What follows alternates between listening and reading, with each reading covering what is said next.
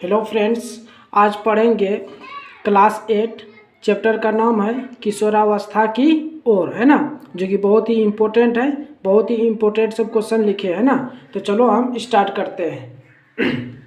Question है कि स्त्रियों में होने वाले मासिक स्राव की सामान्य अवधि क्या है।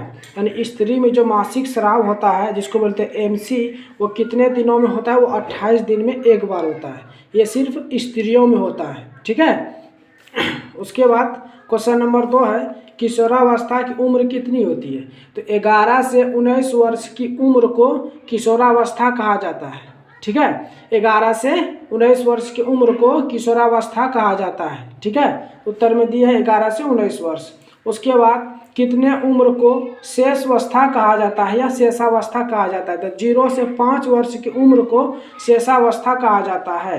उसके बाद क्वेश्चन नंबर 4 है लड़कों के गले में उभरा हुआ भाग क्या कहलाता है। तो उसको बोलते हैं कंठमणि या तो एडम्स एप्पल, है ना। देखे होंगे आप कि ये पुरुष का गले के पास देखे होंगे उभरा हुआ भाग, जिसको बोलते हैं कंठमणि, है ना।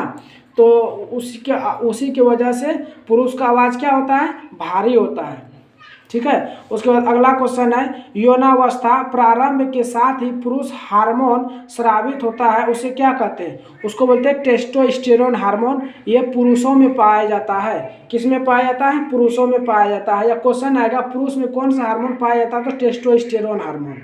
और लड़कियों में एस्ट्रोजन हार्मोन पाया जाता है, ठीक है। उसके बाद मनुष्य की कोशिका के केंद्र में कितने जोड़े गुणसूत्र पाया जाता है। तो 23 जोड़े। कितने जोड़े, 23 जोड़े। अगर पूछेगा मनुष्य की कोशिका में कितना गुणसूत्र पाया जाता है, तो 46। 23 दूना 46। अगर जोड़े पूछेगा तो 23 जोड़े, ठीक है। इसको याद रखना अच्छा से। उसके बाद हमारे देश में लड़कियों का विवाह किस उम्र के पहले करना कानूनी अपराध है। तो 18 वर्ष। कितना, 18 वर्ष। अगला क्वेश्चन है कि नर जनन हार्मोन का नाम लिखिए। नर जनन हार्मोन का नाम है टेस्टोस्टेरोन हार्मोन। हालांकि अभी 21 वर्ष कर दिया है, लेकिन अभी जो एग्जाम में आएगा उसे 18 वर्ष ही लिखेंगे, ठीक है। अगर 18 वर्ष नहीं आया, 21 वर्ष दे दिया तो 21 वर्ष में ठीक करेंगे, ठीक है। उसके बाद अगला क्वेश्चन है कि मादा जनन हार्मोन का नाम लिखिए। तो मादा में ना एस्ट्रोजन हार्मोन पाया जाता है। कौन सा हार्मोन, एस्ट्रोजन हार्मोन, ठीक है। उसके बाद अगला क्वेश्चन है कि कौन सा हार्मोन नर शिशु का लिंग निर्धारण करता है। तो एक्स वाई। एक्स वाई जो होता है ना वो नर में होता है, और एक्स एक्स जो होता है ना वाई में होता है। एक्स एक्स जो होता है ना वो लड़कियों में होता है, और एक्स वाई जो होता है वो लड़कों में होता है। तो नीचे में लिख दिए हैं कि कौन सा गुणसूत्र मादा शिशु का लिंग निर्धारण करता है। तो एक्स एक्स गुणसूत्र, ठीक है। अगला क्वेश्चन है कि पीड़ित व्यक्ति से स्वस्थ व्यक्ति में एड्स कैसे फैल सकता है।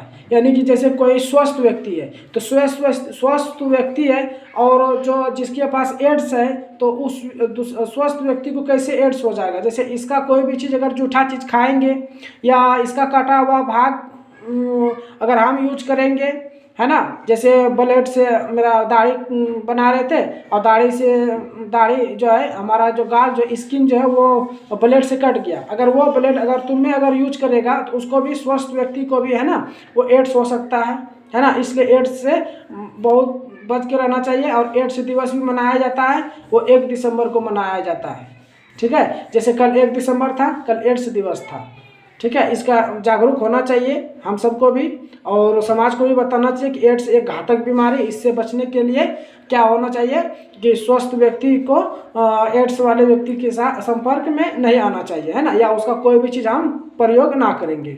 अच्छा, उसके बाद जन्म लेने वाले शिशु के लिंग निर्धारण के लिए जिम्मेवार कोशिका के संरचना को क्या कहा जाता है। तो गुणसूत्र कहा जाता है। ये अगर गुणसूत्र नहीं रहेगा तो कोई बच्चे को जन्म दे ही नहीं पाएगा, है ना। गले का फूलना क्या कहलाता है, गोइटर कहलाता है। क्या कहलाता है, गोइटर, है ना। स्त्रियों में होने वाले प्रथम ऋतुस्राव को क्या कहते हैं, रजोदर्शन।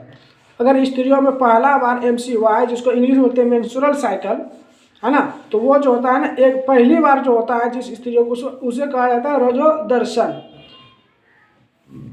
रजोदर्शन, है ना। ये गलत हो गया था, यहाँ लिखते हैं किशोर के लिए कौन सा आहार करना चाहिए। तो रोटी दाल सब्जी।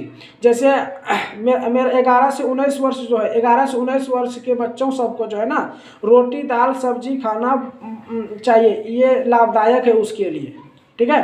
अगला क्वेश्चन की ओर बढ़ते हैं। क्वेश्चन नंबर 17 बहुत इंपॉर्टेंट क्वेश्चन। एड्स होता है, एड्स किस विषाणु के कारण होता है? वो HIV के कारण होता है। किसके कारण? HIV के कारण। एड्स क्या है? एड्स एक घातक बीमारी है ना। एड्स का पूरा नाम क्या होता है? तो एक्वायर्ड इम्यूनो डिफिशियंसी सिंड्रोम, है ना। HIV का पूरा नाम क्या है? HIV का जो पूरा नाम होता है human immuno deficiency virus, human immunodeficiency virus, है ना। उसके बाद एक दो क्वेश्चन जो है ना थोड़ा लॉन्ग टाइप का दे दिया है, जो कि उसको समझना बहुत जरूरी है। बोला कि ऋतुस्राव क्यों होता है? तो ऋतुस्राव स्त्रियों में होता है जो 28 से 30 दिन में एक बार होता है। ऋतुस्राव स्त्रियों में 28 से 30 दिन में एक बार होता है। जब अंडाणु निषेचन नहीं हो पाता है तो अंदरूनी परत में जमी हुई जो खून यानी रक्त योनि होता है, रक्त योनि द्वारा बाहर निकलती है, उसे ऋतुस्राव कहते हैं। ऋतुस्राव का दूसरा नाम क्या है? मासिक चक्र, है ना। MC का पूरा नाम क्या है? तो मेंस्ट्रुअल साइकिल, जिसको मासिक चक्र भी कहते हैं। ठीक है, ये हमारा चैनल का नाम है। वीडियो को सब्सक्राइब करें, शेयर करें, और हमारा वीडियो कैसा लगा कमेंट बॉक्स में कमेंट लिखें, है ना। तो चलो ऐसे ही न्यू चैप्टर हम अपलोड करते रहते हैं डेली, है ना। आप सब अच्छे से पढ़े, एग्जाम बहुत क्या है नज़दीक है, बहुत ही ये सब इम्पोर्टेंट सब क्वेश्चन है ना।